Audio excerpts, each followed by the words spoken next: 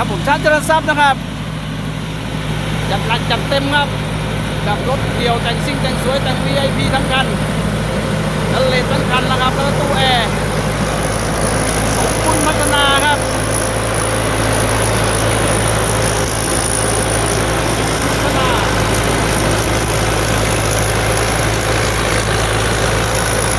ร้านโกลเมอร์ครับตัวใหม่ปี2018นะครับดูว่าความแข็งแกร่งของเขาความดุดันของเขาเป็นยังไงครับเข้าลงยังไงหรือว่าสอบผ่านครับนะโอ้ยเจอที่ต้นพี่น้องเฮ้ยทางไปยังมาละพอที่ต้น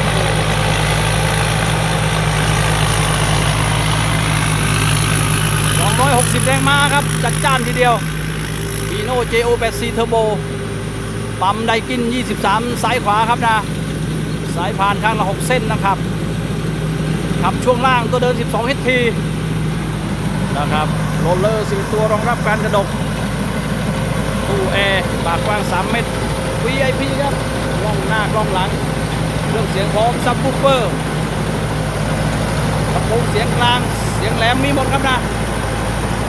ตั้งใจทีเดียวอุ้มประมาณ2 ตันครึ่งครับนะ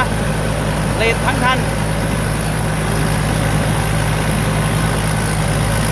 จัดให้พี่น้องได้ดูส่วนสมบูรณ์นั้นประกอบด้วยว่าพี่กำแพงเพชรนะครับตัวเดิม12 นาทีก็น่าจะเป็นของญี่ปุ่นนะครับปัจจุบันมีญี่ปุ่นกับเกาหลีส่วนไบแท็กก็มีงานญี่ปุ่นเกาหลีจีนนะครับแล้วแต่จะเลือกใช้ผลผิดที่เกี่ยวออกมาก็คือว่าส่วนใหญ่แล้วไม่มีตกหล่นครับนะ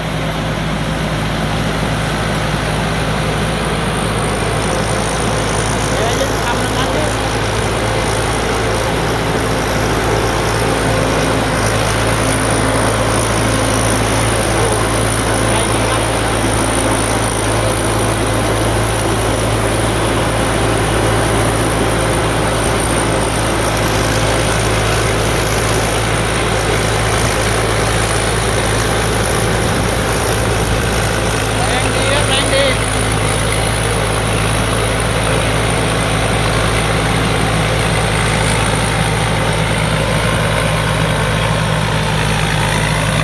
ราคาน่าจะอยู่มัน2.5 ล้านครับดูมอเตอร์ทะลุไปเลย12 HP ใช้มอเตอร์ไม่แน่ใจว่าเป็นคายาบ้าหรืออะไรสักอย่างครับนะเพราะว่ามองไม่เห็นมีแต่กีต้มหลายโพดกีโค่นก็หลายเอ้าเต็มแล้วบ่โอ้ยข้าวสวยครับคุณป้าแป๊บเดียวเต็มเลยครับนะโอ้พี่น้องไปบ่ได้ขี้ต้มหลายครับนะคุณป้าจะจับปลานะมีปลาช่อนปลาแพทย์ปลาหมอน่าจะมีครับนะตรงนี้มีน้ำนิดๆเดี๋ยวรอรถมาเดนครับนะมาเดนข้าวกันตอนนี้เดนข้าวใส่ไมตี้เอ็กครับนะข้าวนั้นสวยมากเอาไปขายได้กิโลละ12 บาทนิดๆครับนะ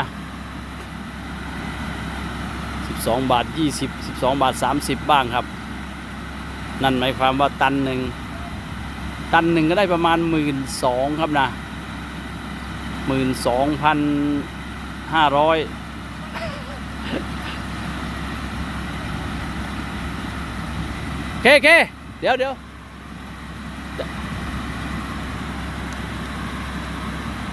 แป๊บนึงมือขวาเอาติ๊กเกอร์มาให้กันหน่อย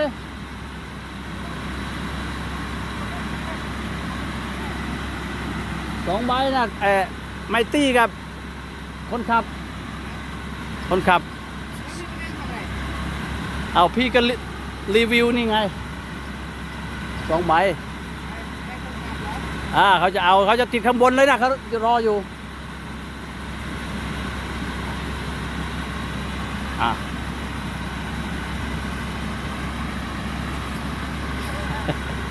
ว่ากันไปครับนะ สมบุญพัฒนา 086 36 086 936 8159ขึ้นไปเลย ขึ้นตามบันไดไปเลย อันนี้มือขวาครับมาด้วย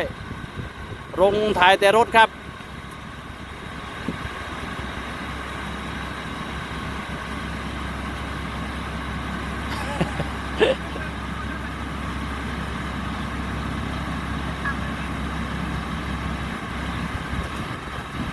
ติดแล้วครับ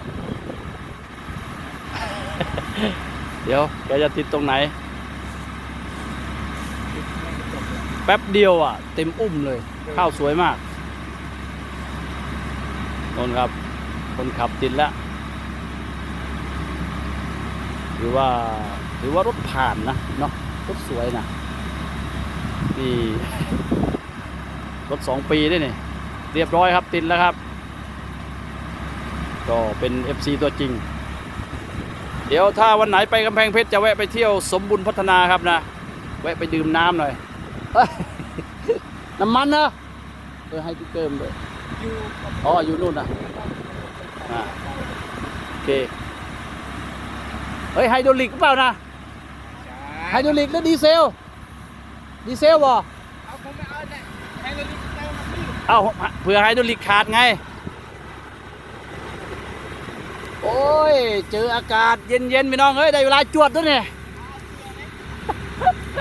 เอาเสือกับหมอนนี่โอ้มีผู้สาวมาเนี่ย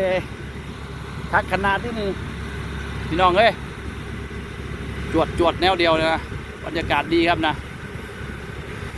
ก็วิดีโอชุดนี้โอเค10 นาทีบอกครับนะเหนื่อยแล้วเดี๋ยวจะไปลงวิดีโอเก่าเมมโมรี่จะเต็มครับนะ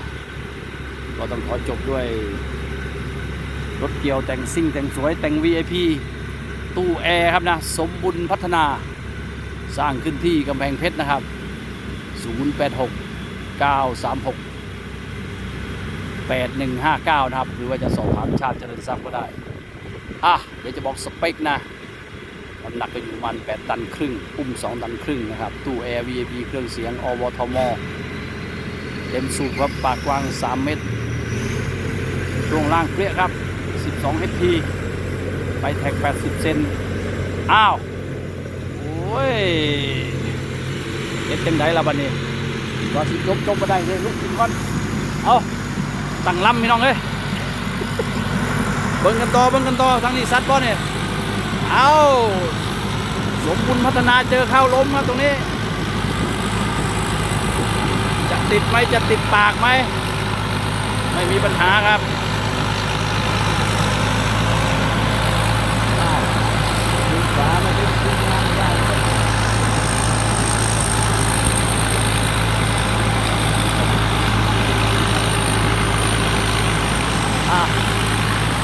เต็มครับอันนี้เล่นอีกมุมหนึ่งนะครับ